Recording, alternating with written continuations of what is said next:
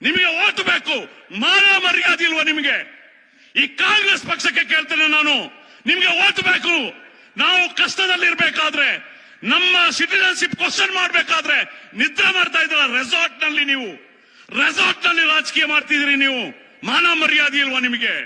ನಿಮಗೊತ್ತಲ್ಲಿ ಕರ್ನಾಟಕದಲ್ಲಿ ಒಬ್ಬನೇ ಒಬ್ಬ ವೋಟರ್ ಏನಾದ್ರೂ ವೋಟರ್ ಲಿಸ್ಟ್ ಇಂದ ಬಿಟ್ಟು ಹೋದ್ರೆ ಈ ಕರ್ನಾಟಕ ರಾಜ್ಯದ ಮೂಲ ಮೂಲೆಗಳಲ್ಲಿ ನಿಮ್ಮ ಬಂಡವಾಳವನ್ನು ಬಿಚ್ಚಿ ಹಾಕ್ತೀವಿ. SDPI ಸೋಷಿಯಲ್ ಡೆಮೋಕ್ರಾಟಿಕ್ ನಿಮ್ಮನ್ನ ಬಿಡೋದಿಲ್ಲ, ನಿಮ್ಮನ್ನ ಬಿಡೋದಿಲ್ಲ ನಾವು.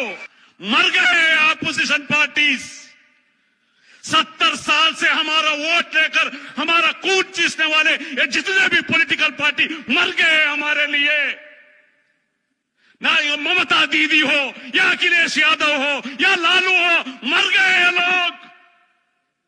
27 लाख वोटर्स रास्ते में आने में एक भी लीडर आपका साथ नहीं आया। ये हकीकत है, समझो मेरे भाइयों, समझ रहा है इनका हकीकत। आप लोगों को वोट हो ना, ನಿಮಗೆ ಓಟ್ ಬೇಕು, ಮಾನ ಮರ್ಯಾದೆ ಇಲ್ವಾ ನಿಮಗೆ? ಈ ಕಾಂಗ್ರೆಸ್ ಪಕ್ಷಕ್ಕೆ ಕೇಳ್ತೇನೆ ನಾನು, ನಿಮಗೆ ಓಟ್ ಬೇಕು. ನಾವು ಕಷ್ಟದಲ್ಲಿರ್ಬೇಕಾದ್ರೆ, ನಮ್ಮ ಸಿಟಿಜನ್ಶಿಪ್ ಕ್ವಶನ್ ಮಾಡ್ಬೇಕಾದ್ರೆ ನಿದ್ರೆ ಮಾಡ್ತಾ ಇದ್ರ ರೆಸಾರ್ಟ್ ನಲ್ಲಿ. ನೀವು ರೆಸಾರ್ಟ್ ನಲ್ಲಿ ರಾಜಕೀಯ ಮಾಡ್ತಿದ್ರಿ. ನೀವು ಮಾನ ಮರ್ಯಾದೆ ಇಲ್ವಾ ನಿಮಗೆ? ರೆಸಾರ್ಟ್ ರಾಜಕೀಯ ಮಾಡ್ತೀರ ನಾವು ಕಷ್ಟದಲ್ಲಿರ್ಬೇಕಾದ್ರೆ. ನಿಮಗೊತ್ತಲ್ಲಿ ಕರ್ನಾಟಕದಲ್ಲಿ ಒಬ್ಬನೇ ಒಬ್ಬ ವೋಟರ್ ಏನಾದ್ರೂ ವೋಟರ್ ಲಿಸ್ಟ್ ಇಂದ ಬಿಟ್ಟು ಹೋದ್ರೆ ಈ ಕರ್ನಾಟಕ ರಾಜ್ಯದ ಮೂಲ ಮೂಲೆಗಳಲ್ಲಿ ನಿಮ್ಮ ಬಂಡವಾಳವನ್ನು ಬಿಚ್ಚಿ ಹಾಕ್ತೀವಿ. SDPI ಸೋಷಿಯಲ್ ಡೆಮೋಕ್ರಾಟಿಕ್ ನಿಮ್ಮನ್ನ ಬಿಡೋದಿಲ್ಲ, ನಿಮ್ಮನ್ನ ಬಿಡೋದಿಲ್ಲ ನಾವು. ಯಾಕೆಂದ್ರೆ ಈ 70 ವರ್ಷದಲ್ಲಿ ವೋಟ್ ತಗೊಂಡವ್ರು ನೀವು, ಅಧಿಕಾರ ಅನುಭವಿಸೋದವ್ರು ನೀವು, CM ಆದವ್ರು ನೀವು, DCM ಆದವ್ರು ನೀವು, ಮಿನಿಸ್ಟರ್ ಆದವ್ರು ನೀವು, MLA ಆದವ್ರು ನೀವು, ಕಾರ್ಪೊರೇಟರ್ ಆದವ್ರು ನೀವು, ಕೌನ್ಸಿಲರ್ ಆದವ್ರು ನೀವು, ಪಂಚಾಯತ್ ಪ್ರೆಸಿಡೆಂಟ್ ಆದವ್ರು ನೀವು. ಇಷ್ಟೆಲ್ಲ ಅಧಿಕಾರ ಅನುಭವಿಸಿ ನಾವಿವತ್ತು ಬೀದಿಗೆ ಬರ್ಬೇಕಾದ್ರೆ ನೀವು ರೆಸಾರ್ಟ್ ನಲ್ಲಿ ಮಜಾ ಮಾಡ್ತಾ ಇದ್ದೀರಾ? ಏನ್ರಿ ಇದು ಅನ್ಯಾಯ? ಇದನ್ನ ಕೇಳಕ್ಕೆ ಯಾರು ಇಲ್ವಾ?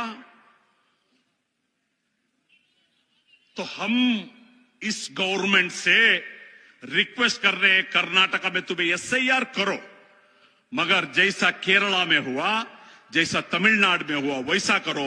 जैसा वेस्ट बंगाल में लॉजिकल डिस्क्रिपेंसीज अप्लाई करे, वो अप्लाई नहीं करना है, क्योंकि हम पढ़े लिखे लोग नहीं है, स्पेलिंग मिस्टेक कॉमन है।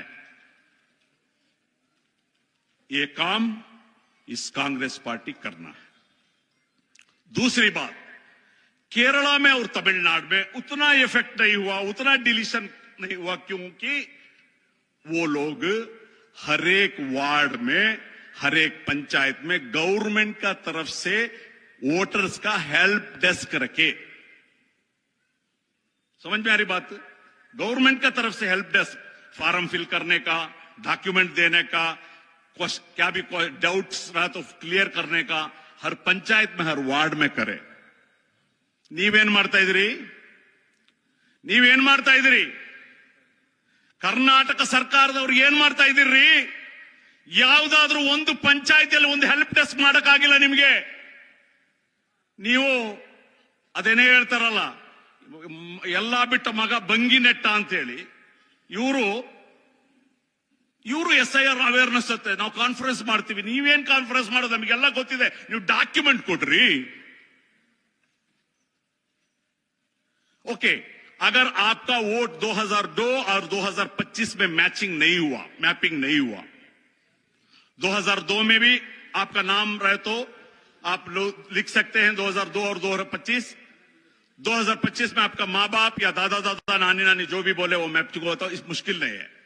जो ये दोनों में भी नहीं है तो आपको डॉक्यूमेंट देना पड़ेगा, या लॉजिकल डिस्क्रिपेंसी में आपका डिलीट हो गया तो डॉक्यूमेंट देना पड़ेगा। डॉक्यूमेंट के बारे में मैं